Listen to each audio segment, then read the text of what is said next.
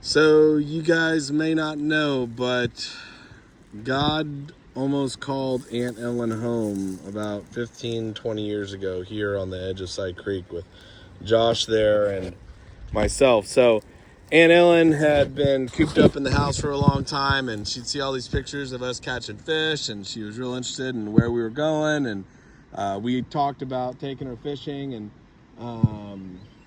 you know, we were talking about how it's not easy to get out there. We're doing it at Side Creek, and we decided we'd help make it happen for her. So we brought her out here, and this is a really deep spot in the creek, like probably 15, 20 feet deep. We catch a lot of really big catfish, and this has all changed since the last hurricane. This is washed out, and now it's like gradual on its way down, but it used to look more like kind of that over there. I don't know if you can tell. There'd be like a 20-foot drop off and just boom into the creek.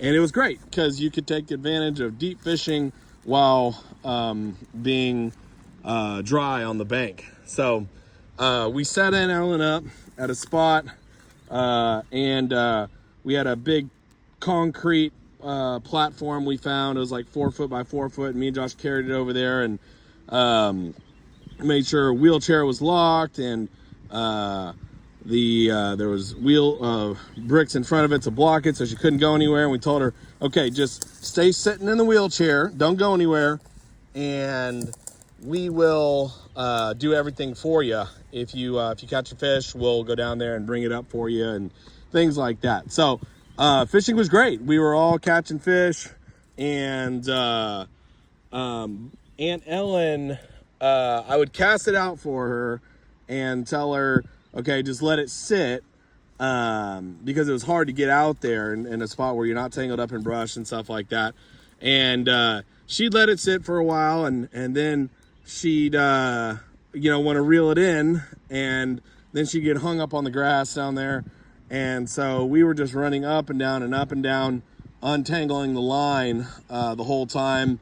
And it was just a little bit of a struggle. I'm telling her, okay, leave it where I put it, and she'd get it stuck. And after about 20 times of doing that, I was just hoarse from running up and down the embankment. So I was like, you know what? I'm just going to let the line sit there and be stuck for a second.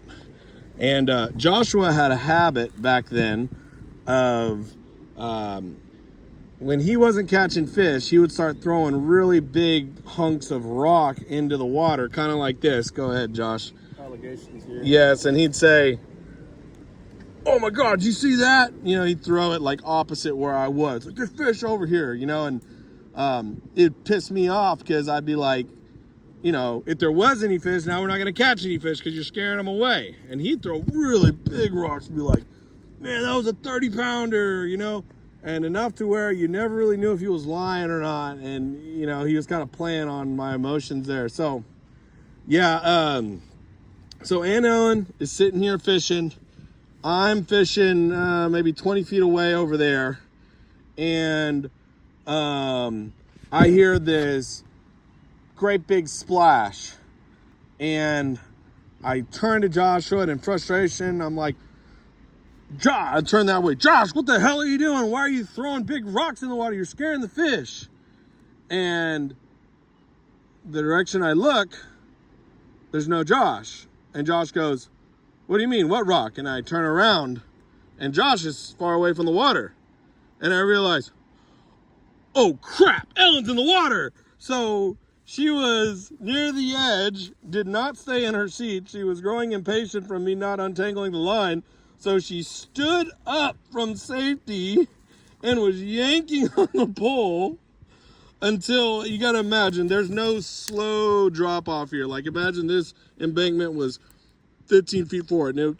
Until she lost her balance and did this Olympic somersault into the water. So I heard the splash. I didn't see her go in. But we both were running up and down the creek looking for movement. And we could see, she didn't know which way it was up, which way it was down. We couldn't see her body, but we could see water churning. And it was like this area that was like really deep. We had broken a ton of hooks in that area. we theorized there was a bunch of snakes down there, and we were like, no matter what happens, we never go there. Well, that's where she was. So we both dived off the cliff into the water, found Aunt Ellen. She's churning around, disoriented, poor thing. Grab her, and we swim with her to the other bank, where it's shallow enough to start trying to get up it.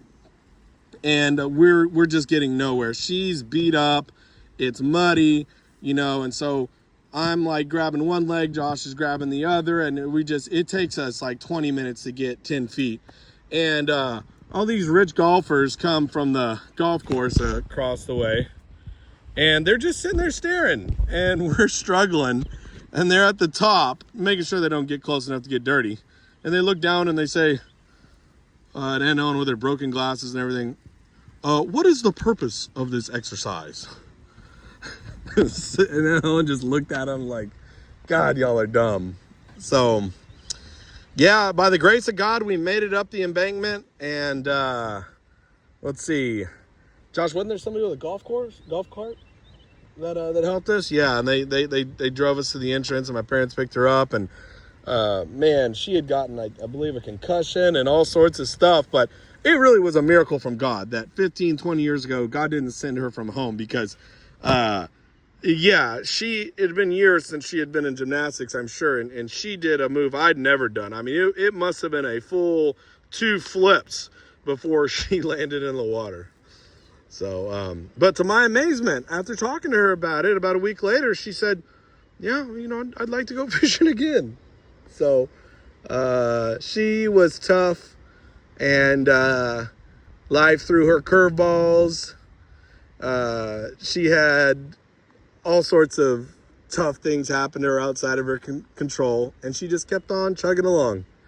And she always had a heart for the downtrodden and people who were hurt and sometimes forgotten too. And her life is just a testimony for how we should treat each other. I love you, Aunt Ellen, and I'll never forget this day out here on the creek. And I know you're happier than we'll ever be here on this earth. God bless you.